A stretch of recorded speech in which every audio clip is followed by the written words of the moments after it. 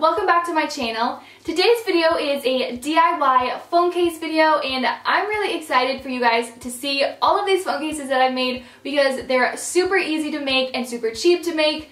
And you guys seem to like my last easy DIY phone case video, so I will link that in the description as well. I have a giveaway going on right now for a $100 Visa gift card, so if you want a chance to win $100, all you have to do is be subscribed to this channel and following me on Instagram, which I will have all of the actual guidelines in the description. So make sure to enter that, and I think that's it. Let's just get on in with the video. Everybody else got it going on. Everybody else got it going on. Everybody else got it going on. So for this first phone case, I'm using a pineapple stencil as well as some yellow paint and some green paint. And I'm just starting off by taking some yellow paint and then patting that into the bottom half of the stencil, of course. And then I'm taking the green paint and painting the top half. And I am painting it on the inside of the phone case and not the outside, and that's just so it'll last longer, and I personally think it looks better. I was using multiple of these pineapple stencils, and that's because I didn't want to wait for each thing to dry before I did it again. So I just put them all over the inside of the phone case, and that's it. I think this turned out super cute, and I personally love cases that you can see the phone through. So I really like this one, and it's honestly so easy and quick to do. Love you, ooh, ooh, ooh,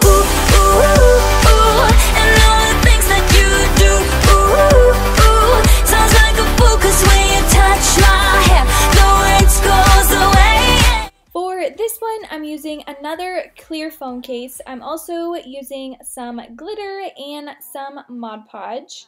And I'm just pouring some Mod Podge onto the inside of the phone case, and then I am using my brush to spread that all around.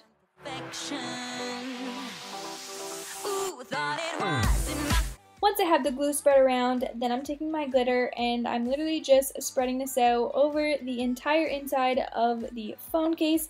And I'm being very generous with this because, as you see here, I'm spreading it around and I'm just making sure that everywhere has as much as possible. And after that, I just dump out the excess, and I'm doing another layer of basically what I just did. So I'm putting a layer of Mod Podge over the glitter that I already put on, and then once I have that layer all spread out of Mod Podge, I go back in with the glitter. And same thing as last time, I'm being very generous with this because I want to, again, just get it absolutely everywhere and not miss any spots. And after that, I dump out the excess again. Literally, I'm repeating the exact same steps as before. And finally, for the last step, I'm just using one more layer of Mod Podge to seal everything in.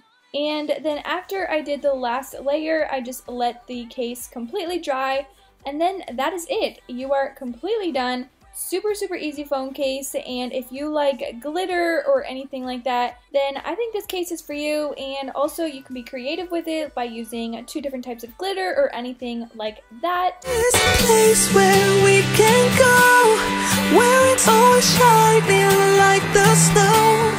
Listen to your heartbeat, don't you know?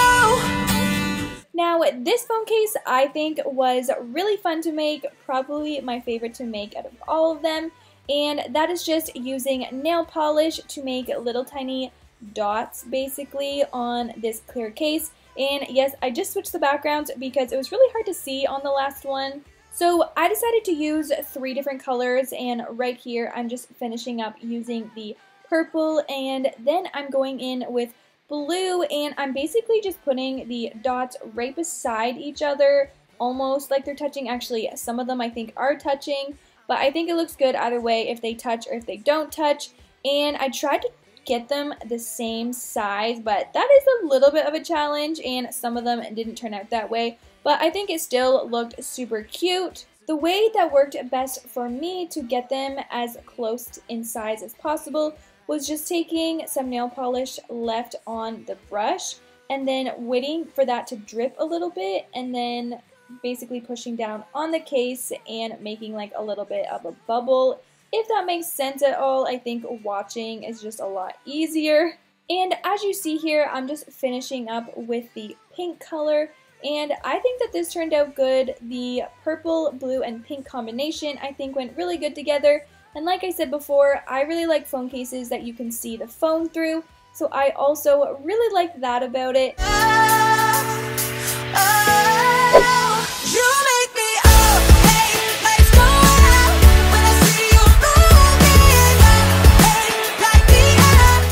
So this phone case is super easy to make and super cheap. All you need is some paint, whatever color you want. I'm using this baby pink color because I'm obsessed with this color basically right now. And as you see here, I'm painting the inside of the phone case, and I just do it that way because it looks so much better than if you were to paint on the outside. You also want to make sure that you get the inside corners of the phone because that would just look weird without the corners painted as well. And then after I did my first coat, I actually went in with a second coat because there were still some streaks. And after I did that, I just let it dry and then went in with the saying that I wanted, and I just used a Sharpie for this. And to change it up a little bit, I decided to handwrite the first word and then print the second one in each row. And this is actually a Bible verse, so I just wrote John 10 verses 10 and 11 just underneath of it, all in capital letters. I'm not in love with the way that it actually turned out. I think that the Sharpie could have been done a little bit better. But I love, love, love this Bible verse. It says, "His love gives life," and it is just so true. Also, as you can see here, I'm just going over the words and like accentuating certain parts of the letters basically.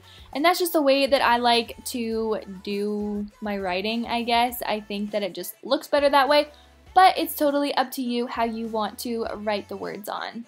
And that is how you make this phone case. It's super customizable, so you could paint it whatever color you want and use whatever saying you want, so definitely be creative with it.